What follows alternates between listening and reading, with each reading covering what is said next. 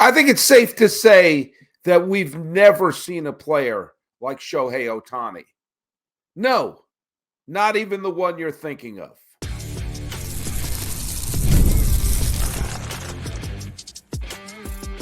You are Locked On MLB, your daily MLB podcast. Part of the Locked On Podcast Network, your team every day. Hello, baseball fans. Welcome to Locked On MLB, part of the Locked On Podcast Network, where it's your team every day. This is the daily podcast. We talk about all of Major League Baseball. I am your host, Paul Francis Sullivan. If you don't believe me, I'm going to prove it to you. I have a lower third where I'm called Sully. I've been a baseball podcaster for a long time now, and this is my sixth full season here at the Locked On Podcast Network. And I'm the host of Locked On MLB, which you're watching right now. And I'm also the host this season of Locked On A's. So you get 10 episodes of your pal Sully every single week. Follow us at Locked On MLB Pods on Twitter or on Instagram. I'm your pal Sully. I'm at Sully Baseball on Twitter or whatever it's called now. Sully Baseball Podcast on Instagram. And if you're following us every day and you post something on the social media, make sure to put on that post hashtag Everyday Sully. Helps us keep track of everyone who's listening to us. And today's episode of Locked On MLB is brought to you by our good friends at supplyhouse.com. It's the most reliable way, easy for you to say, to get parts fast. Shop for your next plumbing, h-vac, electrical job, and get fast shipping from coast to coast at supplyhouse.com. I'm recording this part on Saturday morning in the aftermath of what happened on Friday. And Friday was, I think, one of the most interesting and dramatic regular season games that did not involve a clinching I've ever seen in my life. Now, of course, I didn't see it. I listened to it. Why? Because I'm in Los Angeles County, and because I have the right cable subscription, I'm not allowed to watch a Dodger game because of blackout rules, which made sense in 1962 and haven't made sense in at least 25 years. But I digress. I listened to the game, and boy, what a listen it was. Jessica Burke, not sure if you know who she is. She's one of my teaching assistants at the school I teach at. She's a rabid Los Angeles Dodger fan. She's a big baseball fan as it is. It's very wise to put us together in a classroom. And she is a Dodger fan and loves Shohei Ohtani. The nanosecond he signed with the Dodgers, she bought an Ohtani jersey. And when we were talking yesterday about the fact that Shohei Ohtani has 39 home runs, 39 stolen bases, and I talked about on the show the other day, that he has a chance to be the first ever 50-50 man. Jessica said he's going to get both tonight. He's going to get stolen base number 40, home run number 40. Now, he did achieve those two things. I immediately texted her, and she said, please mention that I called it on the podcast. So I'm doing just that. Good job, Jessica. But here's the deal. I don't even think she, who's the biggest Ohtani fan you'll ever meet in the world, could have predicted how he was going to join the 40-40 club faster than any player in the history of baseball.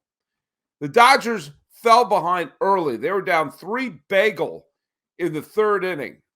Bobby Miller didn't get out of the gate very well, and we all know the Rays, when they can pitch, they can hold anyone down. And 3-0 seemed pretty, do you know what? It seemed like a bad time to be a Dodger fan. Now, early on, Ohtani got on, and he stole base number 40. Stole second base. So he was a 39-40 man. But in the fifth inning, the Dodgers rallied back, and they got Kike Hernandez hit it was a 3-run homer. Okay, I thought it was a 2-run. It's a 3-run shot by Kike Hernandez, and the Dodgers tied the game. It stayed tied to the ninth inning. And the Rays brought out a couple relievers, loaded the bases. And when they loaded the bases with 2 outs and Shohei Ohtani came up, I'm washing a pan in my sink, listening to this. And I'm thinking, there's no way he's going to join the 40-40 club with a walk-off, bottom of the ninth, 2-out grand slam. He's just not going to do it. I thought he was going to get a hit. He'll get a single, or there'll be a wild pitch or a balk, or maybe he'll ground out. We'll go into extras. But there's no way Shohei Ohtani is going to join the 40-40 club faster than anyone in the history of baseball with a walk-off grand slam in the bottom of the ninth with 2 outs. And he hits a deep drive. I think that's enough. Is that enough to win? No, there's 2 outs. And it cleared the fence. And I yelled, "Oh my God!" to the point where members of my family, who could not care less about baseball, came out to see what was the matter. Because I reacted in a way that you normally would react to maybe tragic news. I don't know. I just couldn't believe it. And I tried to explain, no, Ohtani just hit a home run. And the looks I got from the rest of my family go like, yeah, doesn't that guy hit a lot of homers? So we went to our daily business. I continued cleaning the pot while listening to the Dodger postgame. And of course, that's how he's going to get to 40-40, faster than anybody in the history of baseball, with a walk-off grand slam. Of course he's going to do this, and now the Dodgers are on top of the world. And by the way, Marcell Ozuna has an outside chance to win the Triple Crown this year. Lead the league in batting average, home runs, and runs batted in. And there is no way on heaven or on earth he will win the MVP, even if he does win the Triple Crown, because there will be no argument for it. A person who has not put a glove on and gone out to the outfield or play a position once this whole year is going to win the MVP, and it could be unanimous. There's a chance it could be unanimous that he wins the MVP, even if a guy wins the Triple Crown. If you go to baseballreference.com, the single greatest website in the history of the planet Earth, you will see that his line has a lot of bold numbers. Do you like traditional stats? He's scored more runs than anyone in baseball this year. He leads the National League in home runs.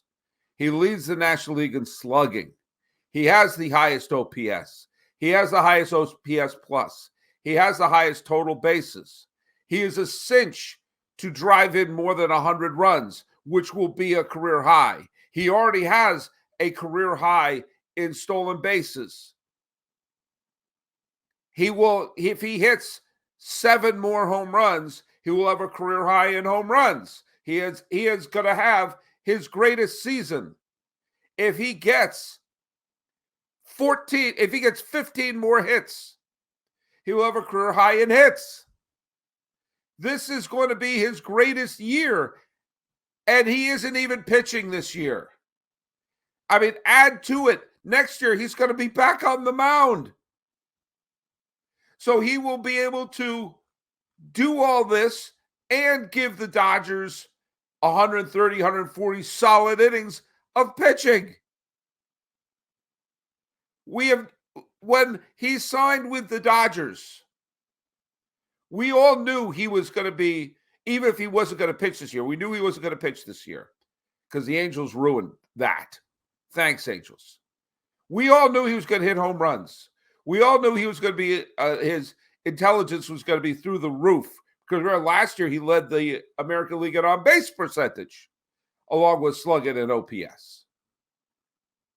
But we didn't know he was going to be a 40-40 man. Game over, man. And all he has to do he has about a little more than a month to hit 10 homers and steal 10 bases. He'll be the first ever 50-50 man. being a 45 man is in the can. We've never seen a player like this, ever. And I'm going to say something. It may make some people angry. Unless you are a fan of a National League team in contention, the Phillies, the Brewers, San Diego, Arizona, Atlanta, I'll include the Mets. Unless you're a fan of one of those teams or you lived and died a Giant fan, if that designates your fandom, I get it. You want your team in the World Series. And if you're a Giant fan and you're not making the playoffs, I'm going to get to that in the next segment. I get it. You're not going to root for the Dodgers. If that doesn't describe you, if that does not describe you, you should want the Dodgers to go to the World Series. But Sally, doesn't that mean that they just bought their way in? Yeah, it does. But take a look. We've had a bunch of underdogs and scrappy teams represent the National League in the World Series the last bunch of years. Arizona, Philadelphia, a banged up Atlanta team.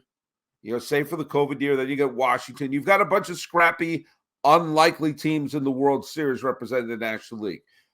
Every once in a while, it's good to have the big bad bully in there, but it'll be great for baseball to have Shohei Ohtani on the big stage. You could root for the Dodgers to lose the World Series, but baseball needs to have their biggest stars on the biggest stage.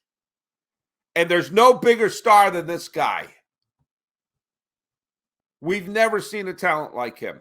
No, not even the person you're thinking about. So, there you have it. There you have it. Shohei Ohtani joins that elite group and does it in the most incredible way. Let's hear from our friends over at Supply House. You can get supplies from the site that's made for skilled trades, supplyhouse.com. Supplyhouse.com is the reliable way to order plumbing, HVAC, and electrical products online. Their easy-to-use website is packed with helpful resources and the latest product info to help you get the job done right. Shop a complete inventory of over 200,000 parts from over 400 top brands and get your order delivered right to your door with fast shipping from coast to coast. Need help with an order? Get expert support and industry-leading service from the friendliest folk in the business and talk to a real person every time. Pros in the skilled trade can get a competitive edge by joining supplyhouse.com's free Trade Master program. Every Trade Master gets access to a dedicated phone line, free shipping, and discounts on every order. Join the thousands of trade pros already benefiting from free membership at supplyhouse.com/TM. Order plumbing, HVAC, and electrical supplies from anywhere with just a few clicks at supplyhouse.com.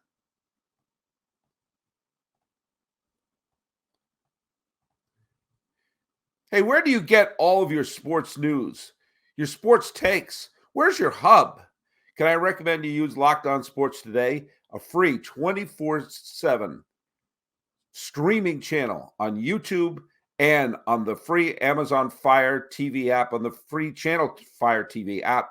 Check out Locked On Sports Today for all the best news, best takes, and the talent of the Locked On Podcast Network, where it is indeed your team every day. All right, I hinted at this.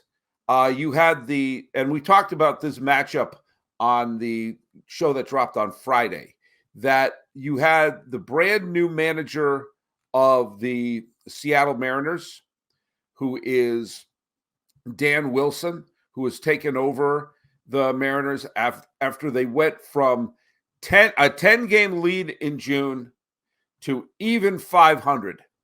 If they had lost on Friday, they would have gone from a 10-game lead in June to being a sub-500 team. And Scott Service, when he was fired, became the first, I saw this on MLB Network, the first manager ever to have a 10-game lead in season and be fired in that same season. That's special.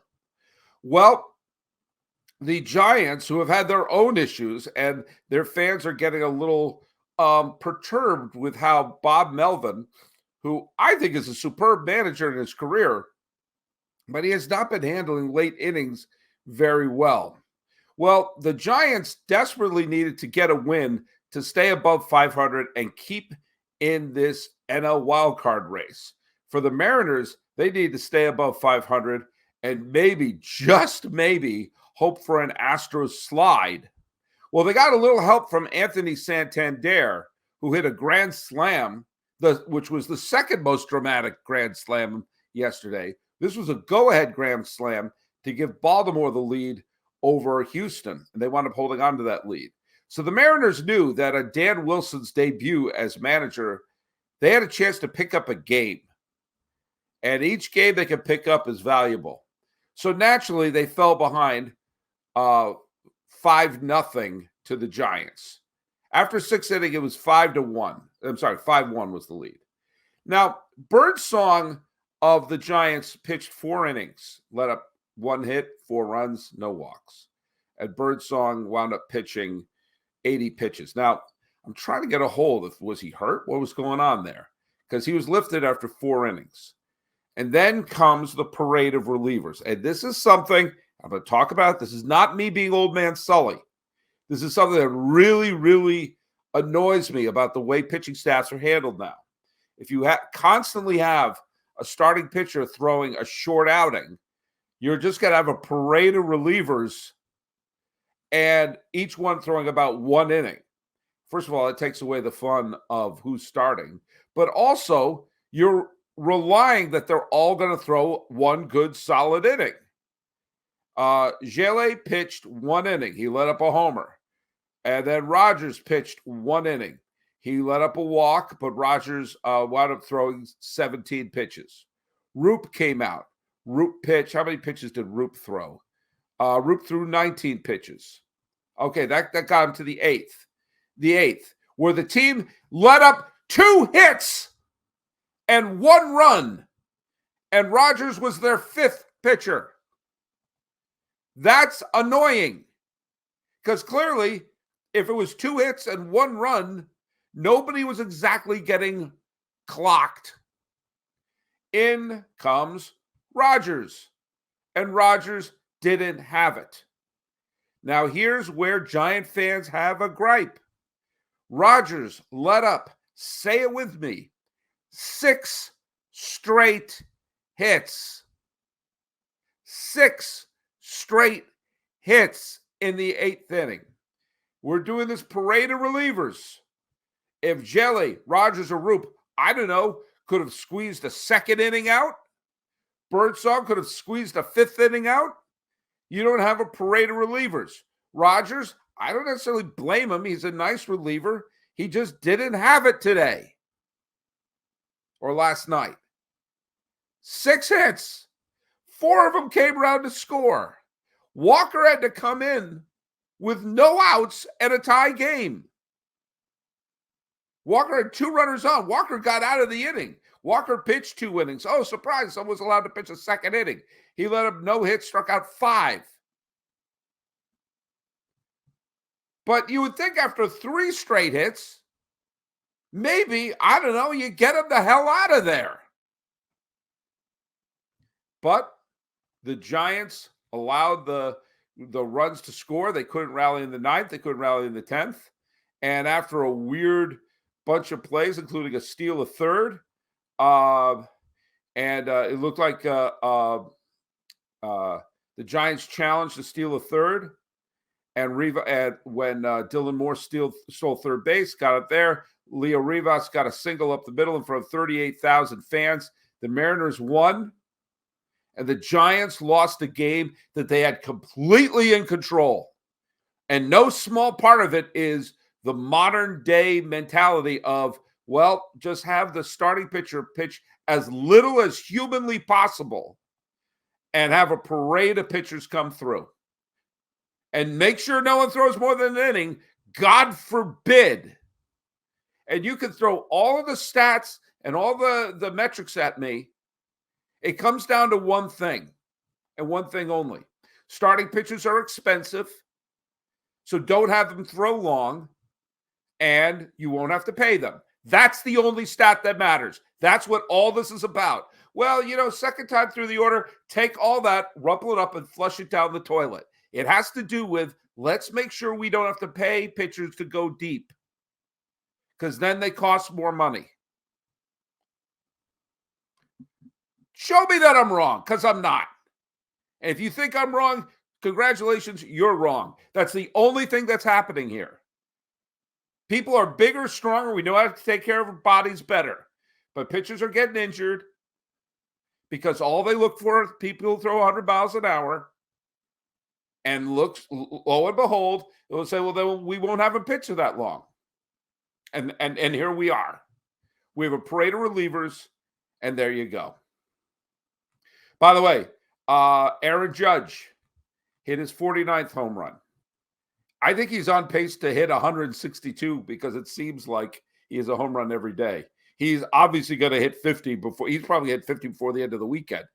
But the idea of hitting 60 again, it looks like it's going to happen.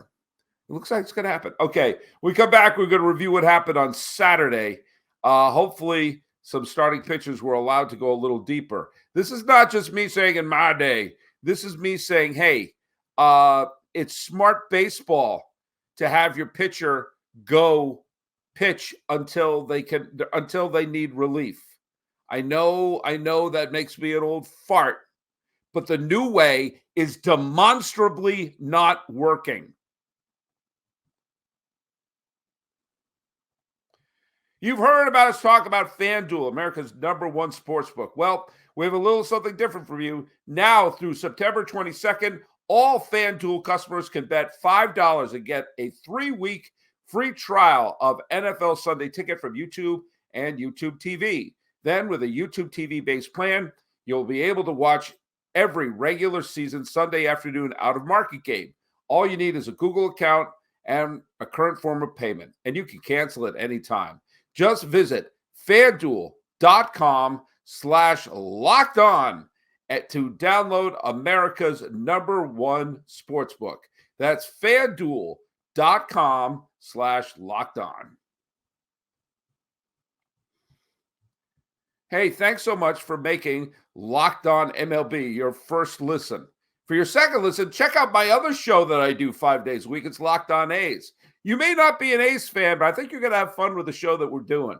We're not just talking about the A's games, but we're talking a little bit about the whole strange move to Sacramento, to Vegas, honoring the history of Oakland, and saluting some of the great A's of the past. You can find the link of Locked On A's in the description. And it's part of the Locked On Podcast Network, where it's your team every day. So, of course, Shohei Ohtani hit another go-ahead home run on Saturday, because how else could life exist? By the way, the Mariners lost a game to the Giants on Saturday. It was a close game. They didn't lose any ground to the Astros, but Mariners, you can't afford to hold steady. You have to be running forward. And right now, the Giants are 1 game above 500. The Mariners are at 500, so only one of those teams are going to get out of this series above 500. Hey, let's just give a big hand to Bowden Francis, who took a no-hitter into the 9th inning, and on a 3-2 count, let up a home run where he lost the shutout, the no-hitter, and the complete game in one swing. With that, though, the Blue Jays did win the game, and the Angels lost, which means that the A's remain in 4th place by themselves, even though they lost to the Milwaukee Brewers. By the way, did you notice that the Milwaukee Brewers are now ahead of the Philadelphia Phillies? The Milwaukee Brewers would be one of the teams that gets a bye in the wild card series. Now, whether or not that's a positive thing is still not known. That might be the best thing that happened to Philadelphia. But that being said, that's the Brewers are playing outstanding ball. The Phillies, behind Ranger Suarez, wound up whumping the Royals, who were on the verge of catching the Guardians, but the Guardians clobbered Texas 13-5. And just a couple of things around there. By the way, the the Arizona Diamondbacks won again. They beat Boston 4-1. And here's the deal. Do you realize that on June 28th, well, roughly 2 months ago, the Arizona Diamondbacks were 4 games under 500, and in danger of being really in the conversation of should they be selling. Since then, they are 35-13, by far the best record in baseball over the last 2 months. And remember, they're the defending National League champs. So the chances of them getting into the postseason and being really good are really, really, did I mention, really high. Another thing I just want to note is the Yankees, they lost to Colorado 9-2, but that's not what I wanted to note. It was Old Timers Day at Yankee Stadium. I lived in New York for many years, and while I am by no means a Yankee fan by any stretch of the imagination, you have to tip your cap when things are done right. And one thing the Yankees do extraordinarily well is Old Timers Day. Now, I remember specifically the Old Timers days of the 1990s when you still had, through the mid-90s, you had Mickey Mantle and Whitey Ford and Phil Rizzuto and a lot of the great players from the 60s and 50s were still there. And then they would always end with Joe DiMaggio. And eventually Yogi Berra came back after the death of DiMaggio. And there was always that sense of who was the last one. The last one was Yogi for a long time after he came back, and it was Whitey for a few years after Yogi passed. And now it's Jeter. But they do a wonderful job of bringing back players and welcoming back the stars, but also the players. Like they had a big celebration for the 2009 championship. So like Jerry Hairston Jr., who wound up getting a huge hit in a game-winning rally in the playoffs that year, or bringing in people like, Gil Patterson, who was a reliever on the 77 team, or, Roy White, obviously one of the great players of the 70s and a coach under Joe Torre. It's magical. And they brought back A-Rod. And look I'm far from the biggest A-Rod fan you're ever going to meet, but he should be a worshipped Yankee. He is the greatest Yankee third baseman in their history. And they do not win the 2009 World Series without him. They do not make the postseason in 2005 or 2007 without him. He won 2 MVPs and was the best player for the Yankees when they won their last to date championship, and the only championship ever won with Derek Jeter as the captain. And I'm glad he got the ovation that he got, deservedly so. It is weird when you see Old Timers Day and it's people from the 90s and the 2000s. But that's just the case. I mean, thank God there's still some players left from 77 and 78. But baseball is at its best when it feels like the past, present, and future are always happening at the same time. At Old Timers Day, the Yankees do it better than anybody. There is such a connection to the past, an honoring of the past, which for me makes it a bunch of goosebumps, even though I grew up a Yankee hater. I can dislike the team, but still get a little lump in my throat when I see how they're honoring their heroes. So if you're a Yankee hater, today was the best kind of day because the Yankees of the past were honored and the team lost today. Either way, I'm glad A-Rod got the ovation he got. Same with CeCe Sabathia and players like A.J. Burnett and Johnny Damon, who all were huge contributors to the 2009 championship for the Yankees. And even though I'm a classic Yankee hater, El Duque Hernandez was always so cool and so interesting. And there was an aura of mystery about him that, quite frankly, even though I was not a Yankee fan by any stretch of the imagination, I had to admit he was pretty cool. So good on the Yankees for doing it right. Which leads us to our trivia questions. We're doing a Sunday episode, and we're going to be doing a Monday episode too. There may be a day during the week where I don't drop one, so you will get 5 episodes this week. If you follow Locked On A's, you'll also get, you'll get 10 episodes altogether. So I'm not going to feel like I'm letting anyone down this week. The trivia question is this. From 1980 to 1998, I'm talking about Jimmy Carter in office through the year after Titanic came out. That's a pretty big 18-season sample size. In that stretch, 3 American leaguers led the league in stolen bases. I think you can figure out one of them. And by the way, he bookended it, leading the league in 1980 and in 1998. Who were the 3 players to lead the American League in stolen bases from 1980 in a season? Okay, that's what I mean. To be a single season stolen base champ in between 1980 and 1998. There you go. That's your trivia question. Put it right down here on YouTube. Follow us at Locked On MLB Pods on Twitter or whatever it's called now. And on Instagram, I am your pal Sully, but Sully Baseball on Twitter, Sully Baseball Podcast on Instagram. Talking about Shohei Ohtani, who very well may become a stolen base king himself. This has been Locked On MLB. I'm guessing he's going to hit another home run tonight. I'm your host, Paul Francis Sullivan. Please call me Sully.